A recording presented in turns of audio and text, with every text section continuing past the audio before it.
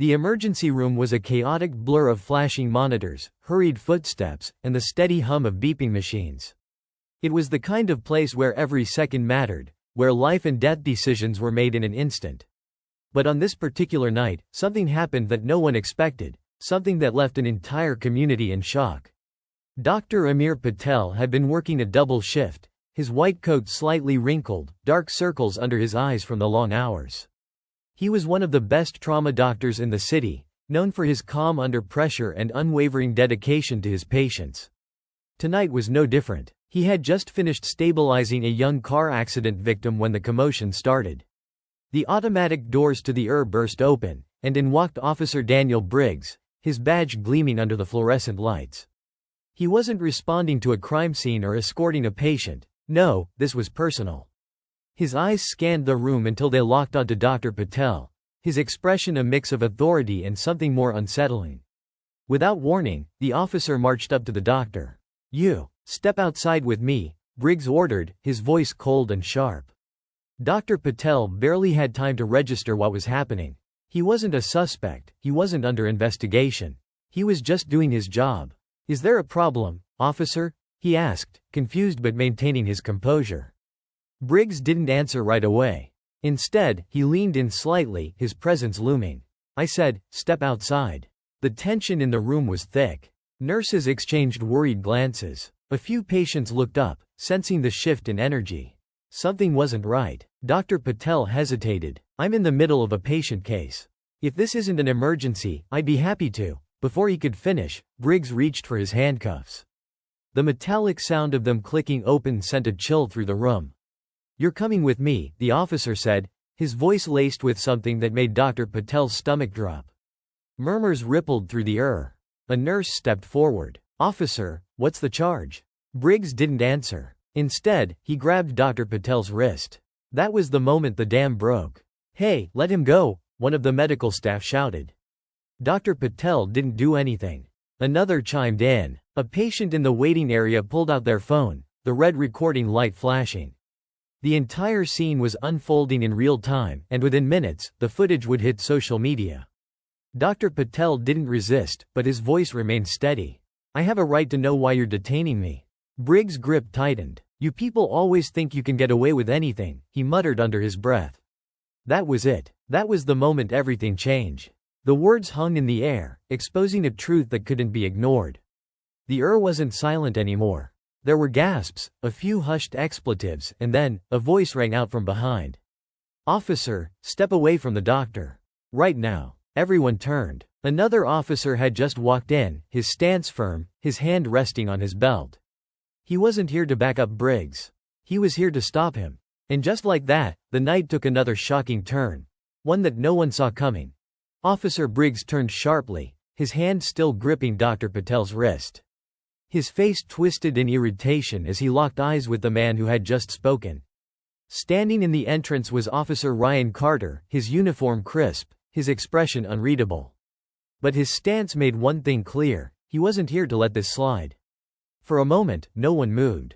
The tension in the crackled like static electricity. The staff, the patients, even the paramedics who had just wheeled in a stretcher, all of them were frozen, waiting to see what would happen next. Briggs finally released his grip, but he didn't step back. "This isn't your concern, Carter," he muttered, his voice low but firm. Carter's gaze didn't waver. "Actually, it is," he said. "Because from where I'm standing, it looks like you're making a wrongful arrest in the middle of a hospital." His eyes flicked to Dr. Patel, then back to Briggs. "So either you explain exactly why you're detaining this man, or you're going to have a much bigger problem on your hands." Dr. Patel rubbed his wrist, the skin slightly red where Briggs had grabbed him. He wasn't afraid. He had faced life-or-death situations more times than he could count. But there was something deeply unsettling about the way Briggs had handled this. It wasn't just aggression. There was something personal in it. Briggs exhaled sharply, shaking his head. "You wouldn't understand, Carter," he said, lowering his voice. "This guy, he doesn't belong here." There it was. The room, already on edge, seemed to drop into an eerie silence. Dr. Patel felt the weight of the words settle over him, heavy and unmistakable. "Excuse me?" he asked, his voice steady but sharp. Briggs' expression hardened. "You heard me. A murmur spread through the crowd. The nurse who had spoken earlier took a step closer, her face filled with disbelief. Are you seriously suggesting that Dr. Patel, one of the best doctors in this hospital, doesn't belong here? A few of the patients in the waiting area shifted uncomfortably. Some whispered to each other, and others kept recording. The tension was thick enough to cut. Carter took a step forward, his eyes locked on Briggs. You're done here, he said, his tone leaving no room for argument. Walk away before you make this worse. Briggs clenched his jaw. For a moment, it seemed like he might push back, might refuse. But then, he glanced at the bystanders, at the phones pointed at him, at Carter's unwavering stance. He knew he had already gone too far. With a final glare in Dr. Patel's direction, he turned on his heel and stormed out of the ER. The automatic doors slid shut behind him, but the tension didn't leave with him. It lingered, heavy in the air. Dr. Patel exhaled, running a hand through his hair. His heart was still pounding, though he refused to let it show. He turned to Carter. Thank you, he said, his voice controlled. But I have to ask, why was he really here? Carter hesitated. His jaw tightened, as if he was debating how much to say. Then, after a pause, he sighed. I don't know yet, he admitted. But I intend to find out. Dr. Patel nodded, his mind racing. Something about this felt off. He had never crossed paths with Briggs before, never had any issues with law enforcement. So why had the officer targeted him so aggressively?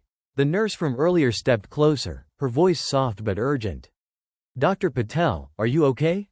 He nodded, forcing a small smile. I'm fine, but I think I need to make a call. He turned, walking toward the break room, his pulse still hammering in his ears. Behind him, the earth slowly returned to its normal rhythm, but the unease remained. People whispered. Patients checked their phones for updates on the footage. The entire hospital felt different now, like something bigger was brewing just beneath the surface. And deep down, Dr. Patel knew that this wasn't over. Not even close. Dr. Patel sat in the dimly lit break room, his phone in his hands, but he hadn't dialed yet. His mind was still trying to process what had just happened. The encounter with Officer Briggs had been more than just an abuse of power. It had felt deliberate, calculated. But why? He had never seen Briggs before tonight. There was no past conflict, no history. So why had he walked into the ER, singled him out, and tried to drag him out in handcuffs? The door creaked open, and Carter stepped inside. He shut it behind him and leaned against the counter, arms crossed. You sure you're okay? He asked. Dr. Patel nodded slowly. Physically, yeah, but I need to know what that was about. This wasn't some misunderstanding. Carter exhaled, rubbing the back of his neck. I know. And I don't think this was random, either. He hesitated before continuing, choosing his words carefully. Briggs has been on edge lately. I heard he was under investigation for something, but it was all hush-hush. Nothing official yet. Dr. Patel frowned. So why come after me? Carter shook his head. That's what I need to find out. He glanced at the door, then lowered his voice. Look, I don't want to jump to conclusions, but there's a reason I stepped in when I did. You weren't the first person Briggs has gone after like this. Dr. Patel leaned forward. What do you mean? Carter hesitated again, clearly debating how much to reveal. Finally, he sighed. There was an incident a few weeks ago. Another arrest, but the details didn't add up. The guy was a professor, just walking to his car late at night. Briggs claimed he looked suspicious. No real charges, but it was enough to get people talking. Then another case before that. A business owner. Same story. Dr. Patel's stomach tightened. And all these people, they looked like me, didn't they? Carter met his gaze, and his silence was answer enough. Dr. Patel let out a slow breath. His entire life, he had worked hard to be seen for his skills, for his dedication. He had saved lives, put in countless hours at the hospital, treated patients with care. And yet, tonight had proven something he had tried to push aside for years. None of that mattered to some people. To Briggs, he had just been a target. A sudden knock at the door made both men tense. Carter opened it slightly, and one of the nurses peeked in. Dr. Patel, there's someone asking for you at the front desk, she said, her expression unreadable. Who? Dr. Patel asked. They wouldn't say, she replied. But they were insistent. Dr. Patel exchanged a look with Carter before rising. His exhaustion from the long shift was now completely overshadowed by something else, unease. As he walked back through the he felt the weight of the lingering stares. People who had witnessed the confrontation earlier were still shaken. Some patients whispered among themselves. Others were still watching the doors, as if expecting Briggs to come storming back in. When Dr. Patel reached the front desk, he immediately spotted the man waiting for him. He was in his mid-50s, with silver-streaked hair and a pressed suit. His posture was stiff, his expression serious. He didn't look like a patient or a concerned family member. "Dr. Patel?" the man asked, his voice measured. "That's me," Dr. Patel said cautiously. The man extended a hand. "I'm James Thornton, Internal Affairs." Dr. Patel froze for a moment before shaking his hand. "Internal Affairs?" he repeated. Thornton nodded. "I'm investigating Officer Briggs. I think you and I need to have a conversation." Dr. Patel's pulse quickened. He glanced at Carter, who had just stepped up beside him. "How do you know about what happened tonight?" Carter asked. Thornton gave a small, knowing smile. "Let's just say your isn't the only place people have been talking." His gaze returned to Dr. Patel. "If you have a few minutes, I'd like to ask you some questions." Dr. Patel exhaled, nodding. "All right, let's talk." But deep down, he knew that whatever this was, it was only the beginning. Dr. Patel followed James Thornton down the hallway, his mind racing. The noise faded behind him as they stepped into a quieter section of the hospital, away from curious eyes. Carter stayed close, his presence reassuring, but it did little to calm the unease settling in Patel's chest. Thornton gestured toward an empty conference room. "This won't take long," he assured, though his tone suggested otherwise. Dr. Patel took a seat across from him, folding his hands to keep them steady. "I'm assuming you already know what happened tonight." Thornton nodded. "I do. And it's not the first complaint we've had about Briggs." He leaned forward slightly. "Tell me everything, exactly as it happened." Dr. Patel recounted the events, the way Briggs had stormed into the the way he had singled him out without explanation, the tension in his voice, the grip on his wrist. When he reached the part where Briggs had muttered, "You people always think you can get away with anything," Thornton's expression darkened. Carter, who had been leaning against the wall, crossed his arms. "That's what I was afraid of." Thornton exhaled, rubbing his temple. "Briggs has been under the radar for a while now. There have been incidents. None that made it to an official complaint, until now." He glanced at Dr. Patel. "You were smart not to resist. If you had, this could have gone in a completely different direction." Dr. Patel clenched his jaw. "It shouldn't have happened at all." "You're right," Thornton agreed. "And that's why we need to act fast. The video of tonight's incident is already making the rounds. People are asking questions, but there's something bigger at play here." Dr. Patel frowned. "Bigger how?" Thornton hesitated, as if weighing how much he should say. Then, he pulled a small notepad from his pocket and flipped to a page. "There's a pattern with Briggs. The Professor Carter mentioned? The business owner? There's a third case, one that never made the news." He slid a paper across the table. "A paramedic. Stopped during a routine call. Taken into custody for resisting arrest, even though all the witnesses say he never resisted. The charges were dropped, but his career took a hit." Dr. Patel skimmed the paper, his pulse quickening. "Why hasn't he been suspended?" Thornton's expression was grim. "We need concrete evidence to prove a pattern of misconduct. The department won't act unless we have enough to make a case. That's why tonight is a turning point." Carter shifted. "What do we do next?" Thornton sat back. "Briggs will find out he's being investigated soon, if he doesn't already know. And that makes him dangerous." He turned to Dr. Patel. "I need you to be careful. This isn't over." Dr. Patel nodded, but deep down, he already knew that. He could feel it. Just then, Carter's phone buzzed. He checked the screen, his expression hardening. "Briggs just showed up at the station. He's demanding to know who reported him." Dr. Patel's stomach tightened. Thornton stood. "Then we don't have much time." As they left the room, Dr. Patel felt a chill run down his spine. Something was coming. He just didn't know how bad it was going to get. Dr. Patel stepped out of the conference room, his pulse still unsteady. The weight of everything Thornton had just revealed pressed heavily on his mind. He had walked into this night expecting another long shift in the saving lives, not becoming the center of something much bigger, something dangerous. Carter was already a step ahead, phone in hand, walking briskly down the hall. "We need to move fast," he muttered. "If Briggs is at the station demanding answers, it means he knows something is closing in on him." Dr. Patel followed, but just as they reached the main hallway, A voice called out from behind them. "Doctor?" They both turned. A young man in scrubs stood there, looking uneasy. "Someone left this at the front desk for you." He held out a plain white envelope. Dr. Patel hesitated before taking it. The paper felt stiff, thick. There was no name, no markings. His stomach twisted. "Who left this?" The man shook his head. "We don't know. The receptionist said it was dropped off by someone who didn't stick around." Carter stepped closer. "Don't open it yet." His eyes scanned the hallway, suddenly on high alert. Dr. Patel's fingers curled around the envelope. The tension in the air was suffocating. He had a bad feeling about this. Carefully, he peeled back the seal and pulled out a single sheet of paper. 3 words were scrawled across it in bold, uneven handwriting. "Walk away now." His throat went dry. He flipped the paper over, but there was nothing else, no signature, no clue as to who had written it.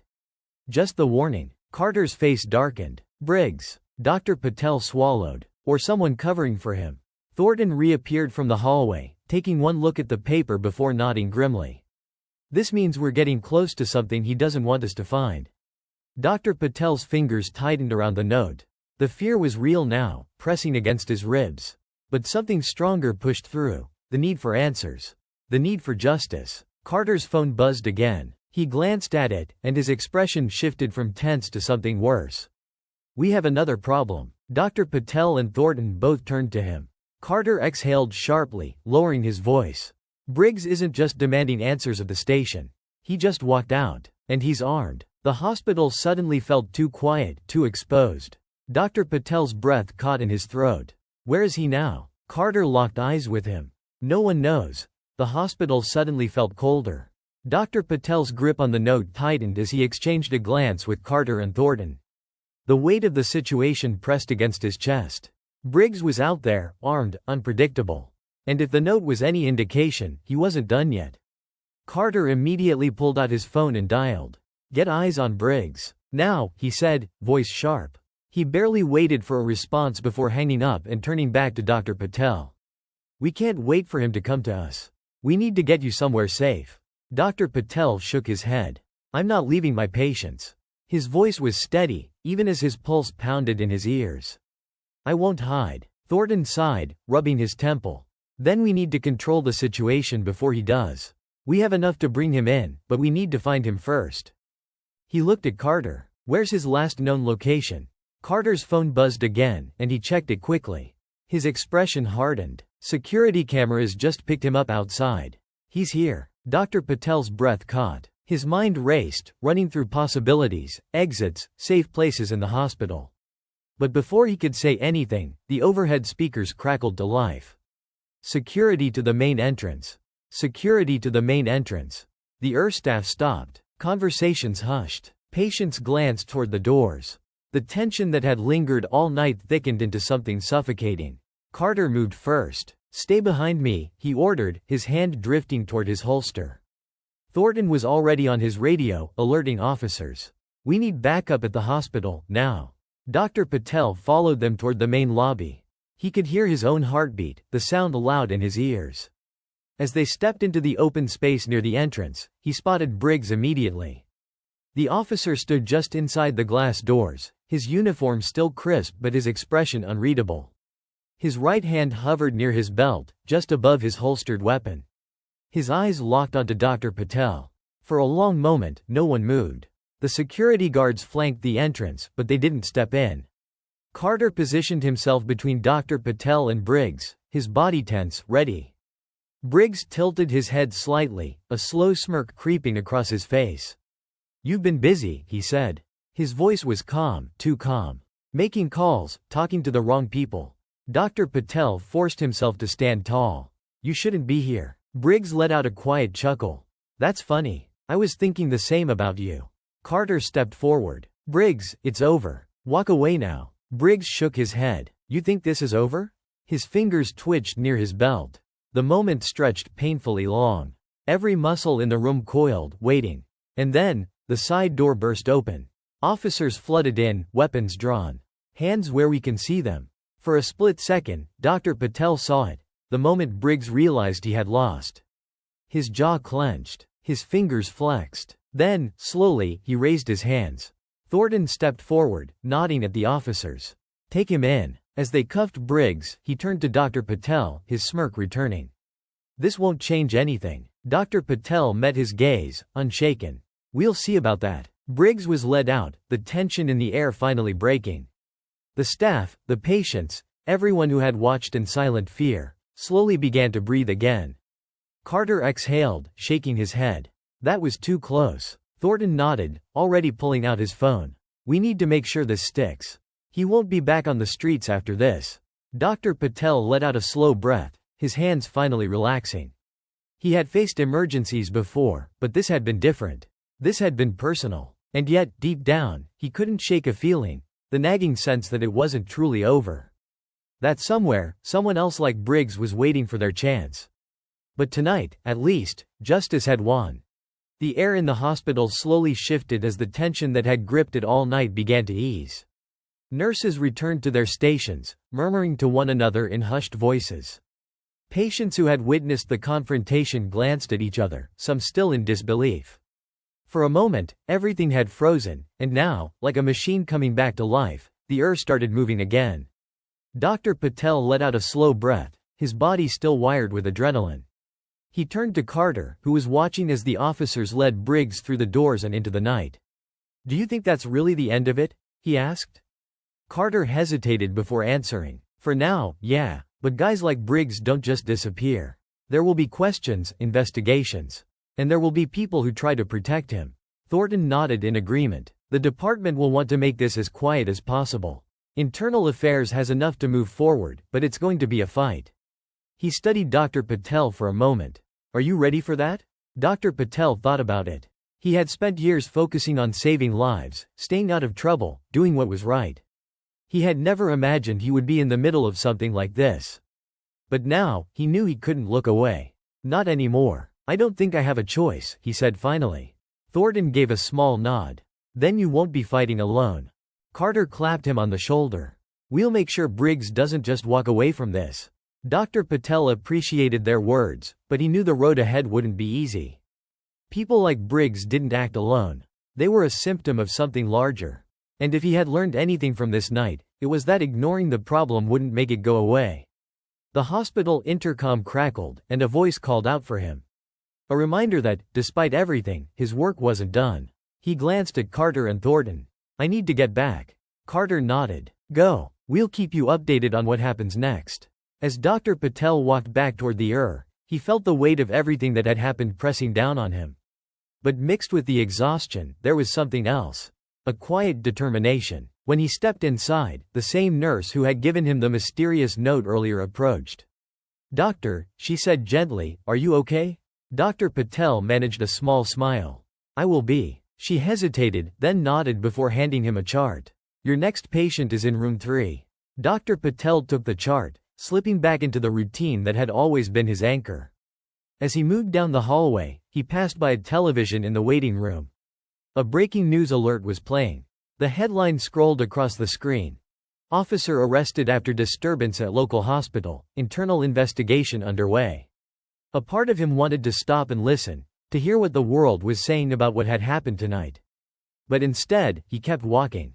Because right now, there was someone waiting for him. Someone who needed care. And no matter what, that was something he could always control.